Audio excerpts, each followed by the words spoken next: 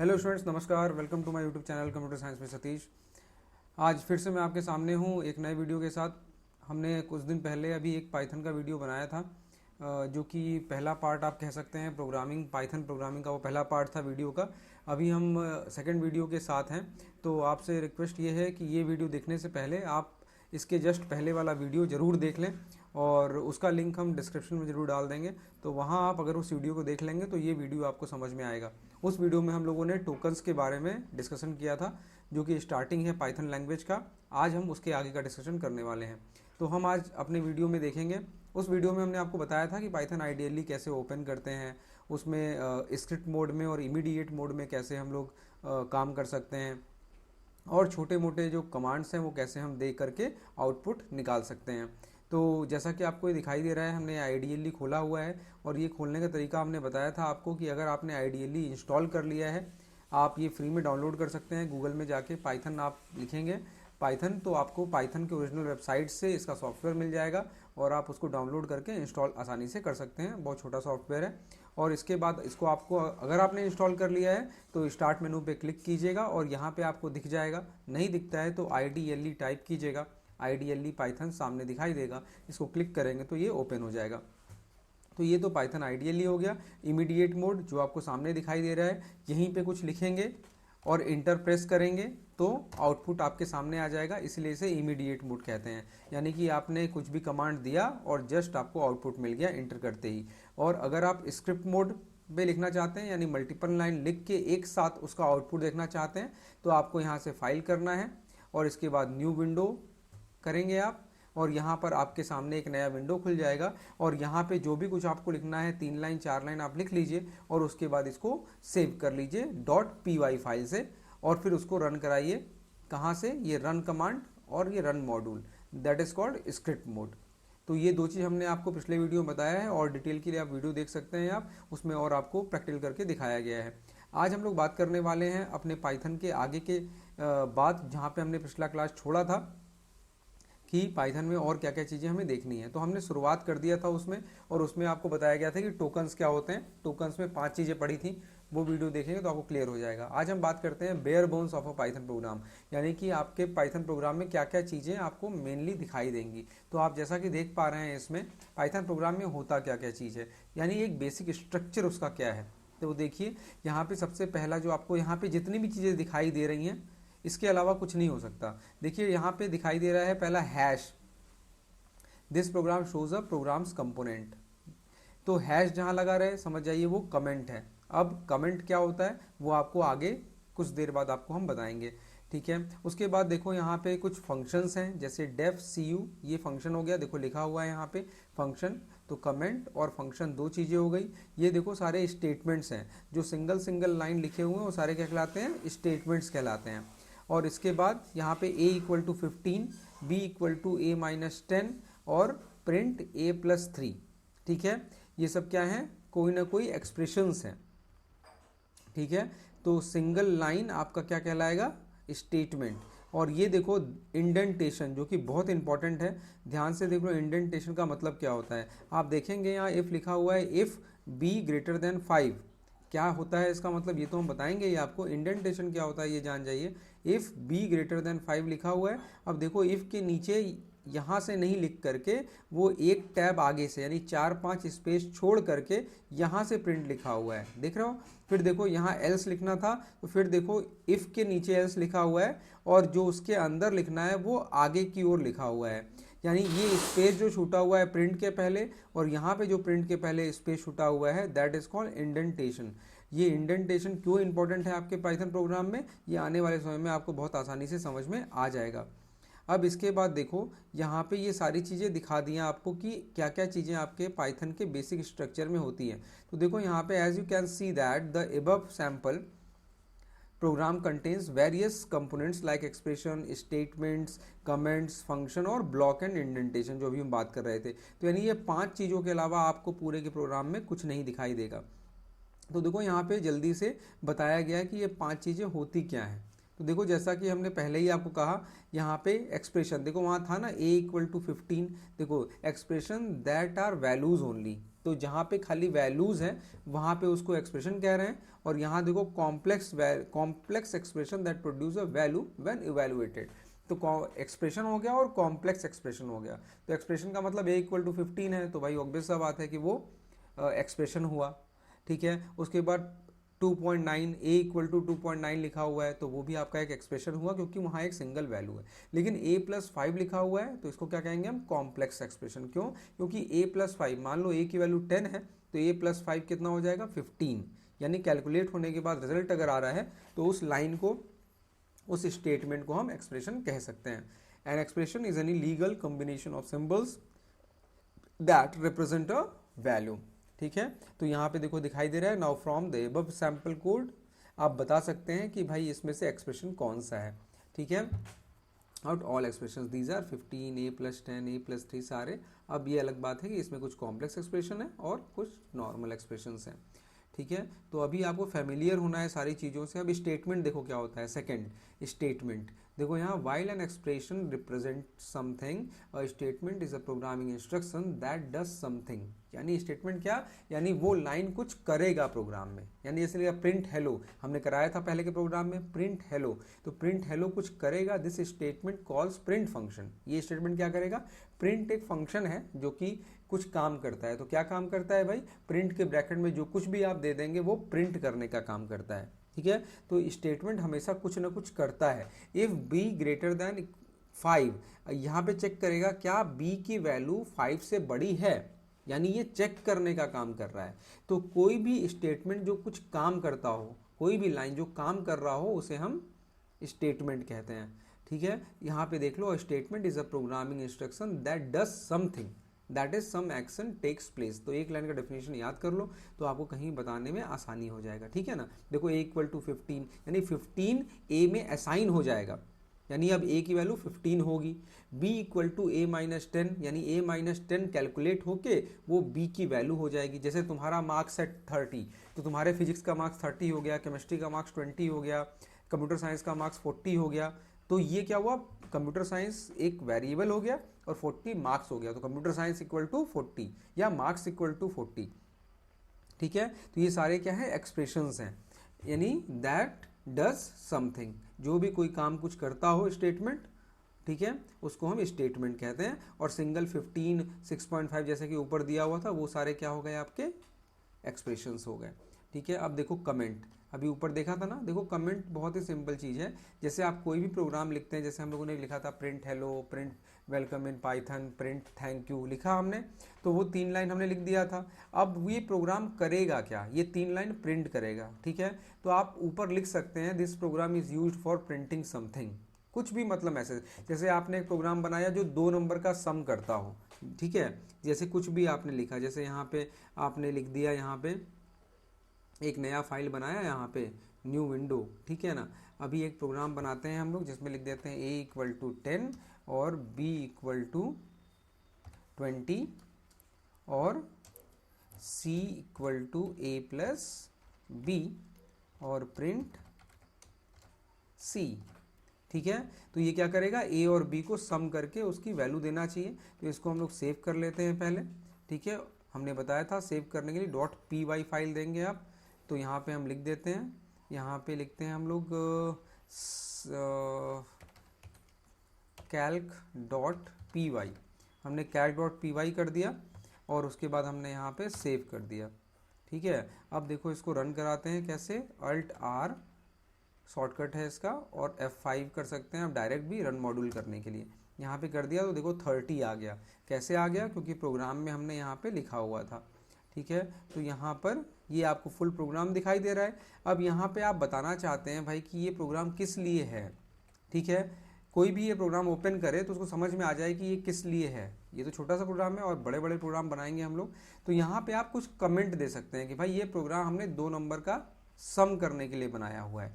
तो ये इसका मतलब हुआ कि वो लाइन जो आप लिखेंगे वो लाइन प्रोग्राम का पार्ट नहीं होगा, वो एग्जीक्यूट नहीं होगा, वो इंटरप्रेटर उसको एग्जीक्यूट नहीं करेगा, क्योंकि वो सिंटेक्स का पार्ट नहीं होगा। वो तो एरर आ जाएगा अगर उसको कंपाइल करने जाएगा या इंटरप्रेट करने जाएगा।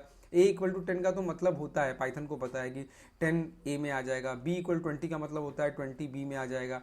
C equal to A plus B का मतलब होता है ए और बी में जो भी वैल्यू है वो सी में चले जाएगा, और फिर उसके बाद प्रिंट सी मतलब सी की जो भी वैल्यू है वो प्रिंट करना है। तो सबका कुछ ना कुछ मतलब है, लेकिन वहाँ पे लिख दें कि this program is used for sum of two variable, ठीक है, ऐसा कुछ लिख देते हैं हम, तो इसका तो कोई मतलब नहीं निकलता है पाइथन के लिए। तो ऐसे को हम कमेंट बना देते हैं ताकि वो पाइथन इंटरप्रेट ना करे, पढ़ने वाले को खाली समझ में आ जाए। तो कैसे कमेंट बनाएंगे, तो वही कमेंट बनाने के लिए यहाँ पे बताया गया है कि आप कैसे कमेंट बना सकते हैं। तो देखो यहाँ पे लिखा हुआ है कि the physical line beginning with hash are the full line comment. तो आपने अगर किसी भी लाइन के पहले हैश लगा दिया तो वो फुल लाइन कमेंट हो जाएगा, वो एग्जीक्यूट नहीं होगा, ठीक है ना। तो यहाँ पे आप आसानी से लगा सकते हैं हैश, ये आपको हम करके दिखा देते हैं, ठीक है। आप देखो यहाँ पे एक साथ एक लाइन के आगे भी कमेंट लगा सकते हैं, इसे इनलाइन कमेंट भी कहते हैं। देखो फुल लाइन कमेंट हो गया पहला, दूसरा हो गया इनलाइन कमेंट। इनलाइन कमेंट मतलब कुछ आपने लिख दिया तो इतना तो वर्क करेगा, लेकिन है इसके बाद वाला चीज़ आप चाहते हैं कि वर्क ना करे, तो यहाँ पे आपने हैश लगा दिया। और एक आपका हो गया मल्टी लाइन कमेंट। तो सिंगल लाइन कमेंट पहले आपको करके हम दिखा देते हैं। यहाँ पे देखो सिंगल लाइन कमेंट कैसे काम करता है। यहाँ पे देखो, यहाँ पे लिख दिया, यहाँ पे हैश लगा दिया, ठीक है, यहाँ पे लिख दिया program for addition, program for addition, ठीक है। अब देखो यहाँ पे तुम अगर नहीं लगाते हो, रन करा के दिखा देते हैं पहले आपको, दिख रहा है 30 आ गया है ना। अब देखो अगर यहाँ पे हम नहीं लगाते, ठीक है, यहाँ पे अगर हम नहीं लगाते, ये हैश हमने हटा दिया, अब रन कराते हैं, सेव करके हमने F5 किया, तो देखो there's an error in your program invalid syntax, ठीक है। क्यों आया भाई ये इनवैलिड सिंटेक्स? इसलिए आया क्योंकि यहाँ पर प्रोग्राम फॉर एडिशन का कोई मतलब इंटरप्रेटर पाइथन नहीं समझ पा रहा है, ठीक है। तो ये तो हमारे प्रोग्राम का पार्ट ही नहीं होना चाहिए, ये हमारा एक कमेंट है जो कि यूज़र जो भी प्रोग्राम देखे उसको समझाने के लिए लिखा है हमने, तो इसको वो इंटरप्रेट नहीं करेगा, ठीक है। तो अब रन कराएंगे आप, तो देखिए रन हो गया और 30 आउटपुट आ गया, ठीक है ना। तो इस तरह से आप एक सिंगल लाइन कमेंट या फुल लाइन कमेंट दे सकते हैं, ठीक है। अब इसके बाद हमने दूसरा चीज़ देखा, फुल लाइन कमेंट के बाद क्या था, इन लाइन कमेंट, यानी कि कुछ काम कर जाए और फिर उसके बाद कमेंट बनाना हो, जैसे a इक्वल टू 10 हो जाए, इसके बाद हमें कमेंट बनाना है, तो भी हम बना सकते हैं। कैसे बना सकते हैं, यहाँ पे लिख दें, ये क्या है, a हमारा ये फर्स्ट वेरिएबल है ये, ठीक है, और b हमारा कौन सा हो गया, सेकंड वेरिएबल है, तो इसको भी हम लिख देते हैं यहाँ पर कि भाई ये हमारा सेकंड वेरिएबल है, सेकंड वेरिएबल, ठीक है। अब देखो इसको रन कराते हैं, देखो रन हो गया, कोई प्रॉब्लम नहीं आया, लेकिन ये क्या हो गया, फुल लाइन कमेंट नहीं हुआ, इसको हम पार्ट में भी यूज़ कर सकते हैं, ठीक है, जिसे हम इन लाइन कमेंट कहते हैं। तो ऐसे लिखा हुआ है तो इसे इन लाइन कमेंट, और ऊपर पूरा लिखा हुआ है तो वो फुल लाइन कमेंट, ठीक है। तो ये डिफरेंस समझ लीजिए। अब देखिए यहाँ पे हम खाली हैश हटा दें तो देखो एरर आ जाएगा, सेव करते हैं और F5 कराते हैं, देखो इनवैलिड सिंटेक्स बता रहा है। क्यों? क्योंकि वो समझ रहा है भाई, वो समझ ही नहीं पा रहा कि भाई ये क्या है, फर्स्ट क्या चीज़ है, और जैसे ही हम हैश लगा देते हैं तो वो इसको देखना ही इंटरप्रेटर छोड़ देता है। वो देखता क्या है, a equal to 10, b equal to 10, c equal to a plus B और प्रिंट c, इतनी चीज़ देखता है। तो ये दो चीज़ बताया हमने, फुल लाइन कमेंट और आपका इन लाइन कमेंट, ठीक है, ये दो चीज़ हो गया आपका।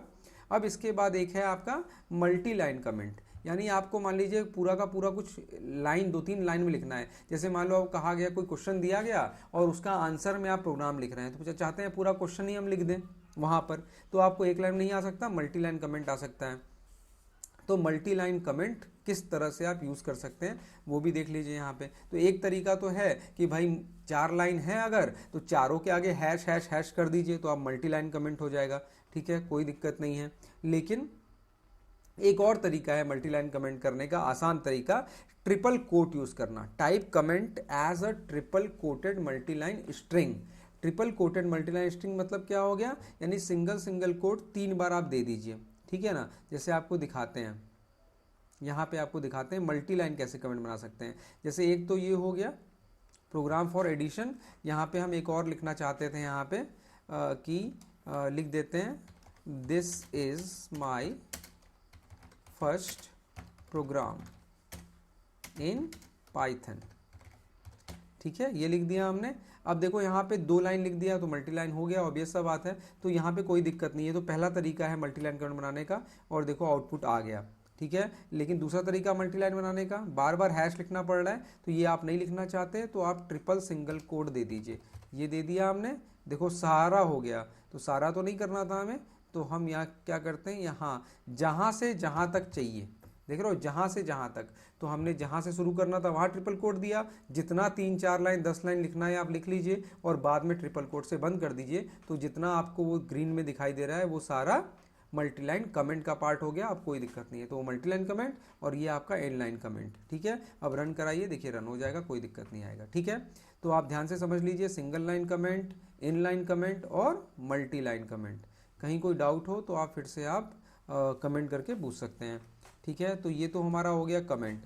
अब यहाँ पे फंक्शन है, तो हमने एक्सप्रेशन समझा, स्टेटमेंट समझा और कमेंट समझा। अब इसके बाद है फंक्शंस। तो फंक्शंस क्या होते हैं भाई, तो फंक्शंस का तो पूरा का पूरा चैप्टर ही पढ़ना है हम लोगों को। लेकिन फंक्शन ये जान जाइए कि कोई भी एक पार्ट है, a function is a code that has a name and it can be reused executed again by specifying its name in the program where needed, ठीक है।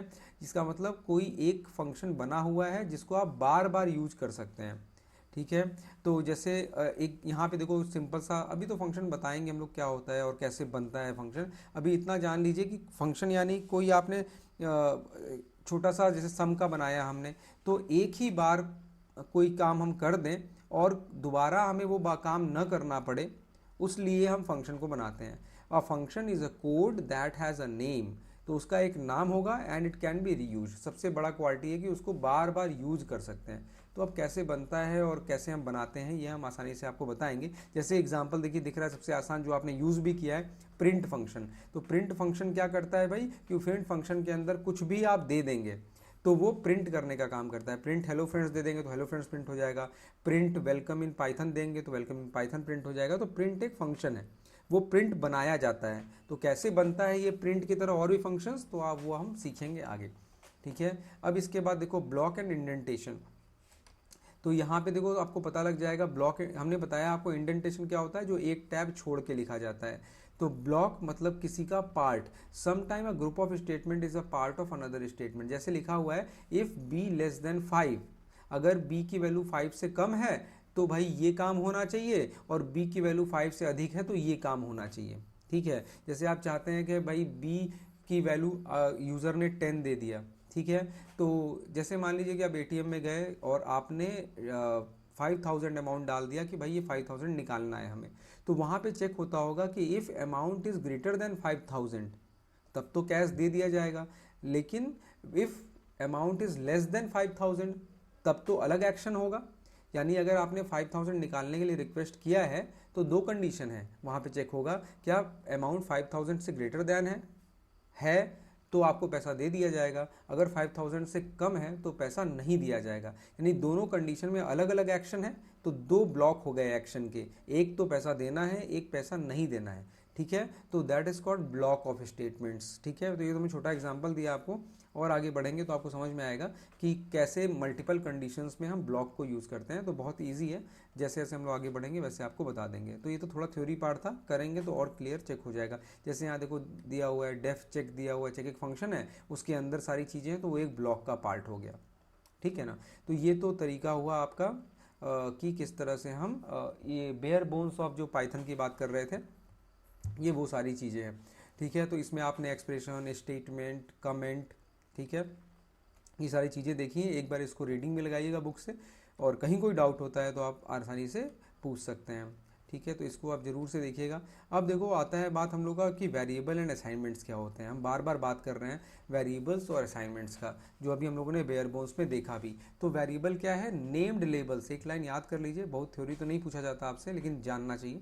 Named labels whose values can be used and processed during program run called variables. Named label है, जैसे आपको एक नाम दिया गया है, उसी तरह से वेरिएबल को एक नाम दे दिया जाता है। जैसे marks equal to 70, age equal to 35, ठीक है, एज इक्वल टू 20, ठीक है। तो ये सारे दिए हुए हैं आपको। क्या, जैसे एज क्या हो गया, वेरिएबल हो गया, और इक्वल टू 20 कर दिया तो वो क्या हो गया, एज की वैल्यू 20 हो गई, ठीक है। उसके बाद हाइट इक्वल टू 5.8, तो हाइट एक वेरिएबल हो गया, उसकी वैल्यू क्या हो गई, 5.8। तो हाइट एक नाम दे दिया हमने और उसकी वैल्यू 5.8 हो गया, ठीक है ना। तो ये हम लोग यूज करते हैं a = 10, तो a क्या है, एक वेरिएबल है, 10 उसकी वैल्यू है। और कैसे वेरिएबल क्रिएट करते हैं, यहाँ बहुत सिंपल है। पहले के लैंग्वेजेस में थोड़ा सा देखना पड़ता था कि किस टाइप का वैल्यू क्रिएट करना है, वेरिएबल क्रिएट करना है। जैसे आपको अगर मार्क्स रखना है तो न्यूमेरिक टाइप का होना चाहिए। उसके बाद अगर आपको नेम रखना है तो वो स्ट्रिंग टाइप का होना चाहिए, यानी कैरेक्टर टाइप का होना चाहिए।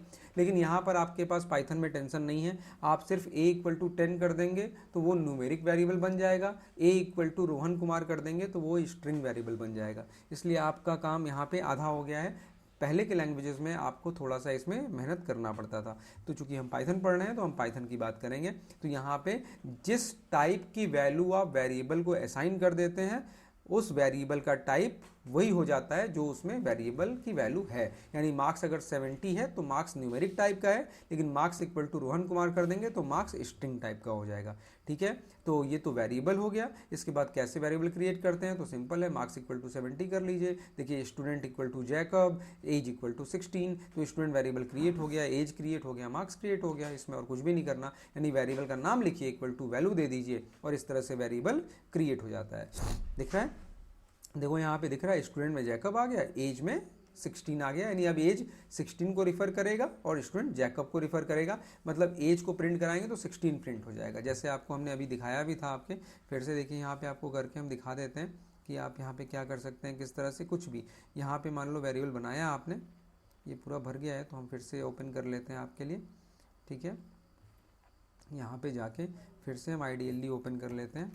आइडियली ओपन कर लिया हमने, क्लिक किया और ये ओपन हो जाएगा आइडियली आपके सामने। और यहाँ पे लिखें a = 25। ठीक है, तो a एक वेरिएबल क्रिएट हो गया जिसकी वैल्यू 25 है। अब खाली आप a लिखेंगे तो 25 प्रिंट हो जाएगा, नहीं a की वैल्यू अब क्या है, 25 है। ठीक है, अभी हम कर देते हैं b या नेम =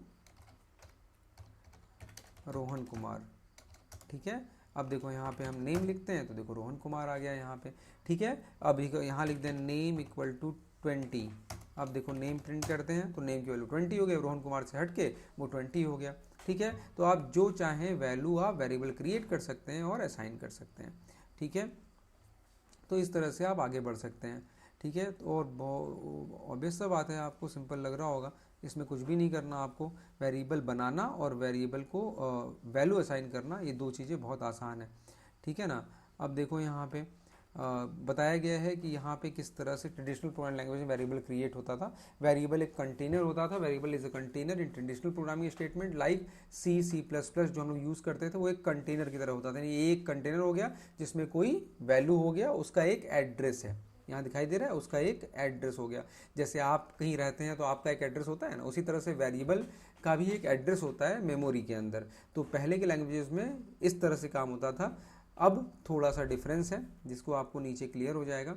अभी क्या है, पाइथन में क्या होता है, यहाँ पे पाइथन देखो यहाँ पे जैसे ही यहाँ पे क्या है कि सारे नंबर्स को अपना अपना एड्रेस दिया गया है, 1 2 3 4 5 6 7 8 सब अपने अपने एड्रेस पे है।